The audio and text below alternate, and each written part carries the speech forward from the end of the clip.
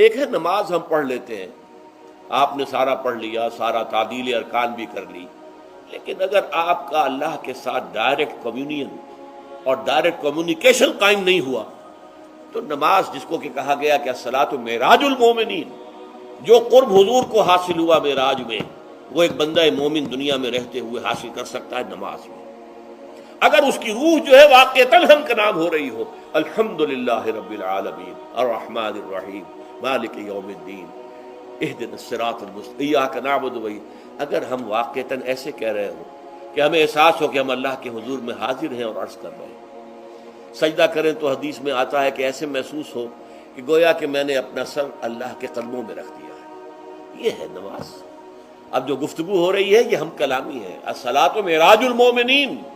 اہل ایمان کے حق میں یہ نماز جو ہے یہ معراج کے درجے میں، لیکن یہ نماز کیسے نصیب ہوگی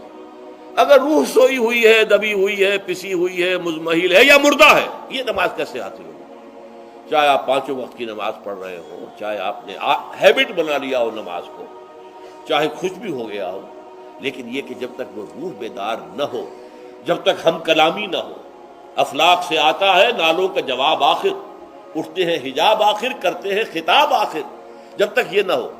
جیسے کہ میں ایک حدیث قدسی انشاءاللہ آج سناؤں گا سورہ فاتحہ کے ضمن میں، کہ اللہ تعالیٰ کے سامنے جب کھڑا ہو کر انسان جب کہتا ہے انی وجہت وجہی للذی فطر السماوات والارض حنیفا، دائیں بائیں سے بالکل اپنا تعلق کاٹ کر میں نے اپنا رخ کر لیا ہے اس اللہ کی طرف جس نے آسمانوں اور زمین کو پیدا کیا۔ اب یہ توجہ وجہ تو اگر یہ تو ہے چہرہ تو ہم نے کر دیا خانہ کعبہ کی طرف، اندر سے ہماری روح متوجہ نہیں ہوئی، وہ سوئی پڑی، اسے پتہ ہی کچھ نہیں کہ کیا ہو رہا ہے، تو اس صورت میں وہ کیا ہے؟ ظاہری بات تو پوری ہو گئی، نماز کا ثواب ہو جائے گا، فرض کی ادائیگی کا ثواب مل جائے گا، لیکن وہ اصل نماز تو حاصل نہیں ہوئی۔ یہ ہے وہ بات کہ وَإِذَا سَأَلَكَ عِبَادِي عَنِّي فَإِنِّي قَرِيبٌ، اے نبی جب میرے بندوں کی روحیں بیدار ہو جائیں، توانا ہو جائیں، حیات تازہ سے وہ ہم کنار ہو جائیں، اور پھر وہ میرے بارے میں پوچھیں، وہ میرا تقرب حاصل کرنا چاہتے ہیں، تو اب آپ سے پوچھیں تو کہیے میں قریب ہی ہوں، اجیب دعوت الداع اذا دعان، یہ ہے وہ دعا، میں ہر پکارنے والے کی پکار، ہر دعا کرنے والے کی دعا کو سنتا ہوں، قبول کرتا ہوں، جواب دیتا ہوں جہاں کہیں بھی مجھے پکارے، اذا دعان۔ اس میں در حقیقت وہ مفہوم آ گیا ہے there and then wherever، آپ اپنے گھر میں ہو کر پکاریں اللہ کو، آپ بستر پر لیٹے ہوئے پکاریں اللہ کو، الذین یذکرون اللہ قیاما وقعودا وعلی جنوبہم، ہاں ٹھیک ہے بعض مقامات بعض اوقات قبول دعا کے لیے زیادہ سازگار ہے، حرم میں جا کر دعا مانگی جائے، اور منا میں، عرفات میں خاص طور پر، جبل رحمت پر خاص طور پر، ملتزم جو ہے کعبے کا اس پر خاص طور پر، وہ ایام بھی ہے خاص، لیکن یہ نہیں ہے کہ بقیہ دنوں میں آپ کے اور اللہ کے درمیان کو بڑا فاصلہ ہے۔ یہ سارا دنیا میں مشرکانہ نظاموں نے تصور پیدا کیا، اللہ تو دور ہے دور ہے دور ہے دور ہے، پاک ہے پاک ہے پاک، تم ناپاک ہو ناپاک ہو ناپاک ہو، اور تم تو بڑی پستی میں پڑے ہو، تم اللہ سے براہ راست ہم کلام نہیں ہو سکتے۔ کوئی درمیانی چاہیے، کوئی لنکس چاہیے، کوئی پجاری ہوگا، کوئی پروہت ہوگا، کوئی پنڈت ہوگا، کوئی پیر ہوگا، کوئی پادری ہوگا، کوئی پوپ ہوگا، اس کے ذریعے سے تم اللہ سے ہم کلام ہو، خود نہیں۔ اور جب ذریعے بیچ میں آ گئے تو ان کی مٹھی گرم کرو،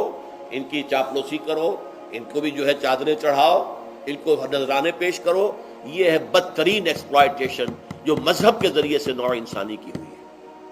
یہ دو ایکسپلائٹیشن دنیا میں ہوئی ہے تاریخ انسانی میں، ایک بادشاہوں کی طرف سے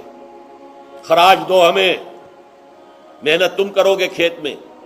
آدھا حصہ ہمارے پاس آئے گا، ہم عیش کریں گے، ہم سٹینڈنگ آرمیز رکھیں گے تاکہ ذرا تم بغاوت کرو تو تمہارا سر کچل دیا جائے۔ یہ ایکسپلائٹیشن بدترین، مانگنے والا گدا ہے، صدقہ مانگے یا خراج۔ دوسری طرف ہم بادشاہ ہیں، ہم چندر بنسی سورج بنسی خاندان ہیں، ہم راجپوت ہیں، حکومت کرنا ہمارا حق ہے، اور یہ پنڈت پروہت جو ہے وہ بھی کہیں گے کہ ٹھیک ہے